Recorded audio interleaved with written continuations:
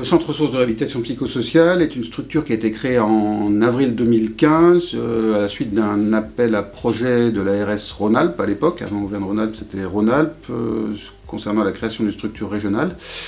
Et donc nous avions candidaté et notre projet a été pris.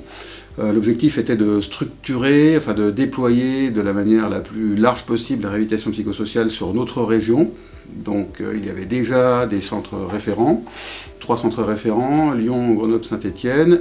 Et l'étape suivante, c'était de déployer des centres de proximité pour que la réhabilitation psychosociale soit sur tous les départements et de créer un centre ressources régional qui structurerait et consoliderait la réhabilitation sur cette région-là, avec des missions que je vous détaillerai après.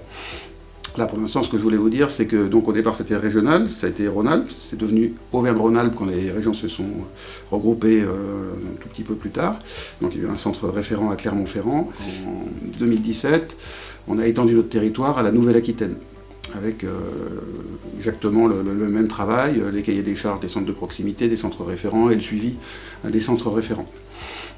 Plus la cohorte et tout l'enseignement dont je vous parlerai tout à l'heure. Et puis petit à petit, les autres ARS se sont intéressés à ça. Les contacts suivants ont été avec l'ARS Bourgogne, l'ARS Hauts-de-France, puis après toutes les ARS de France.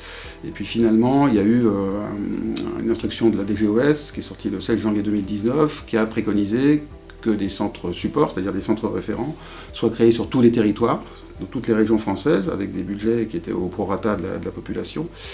Et les missions étaient bien définies, les soins étaient bien définis, et ces centres supports devaient être entourés de centres de proximité avec également des missions bien définies.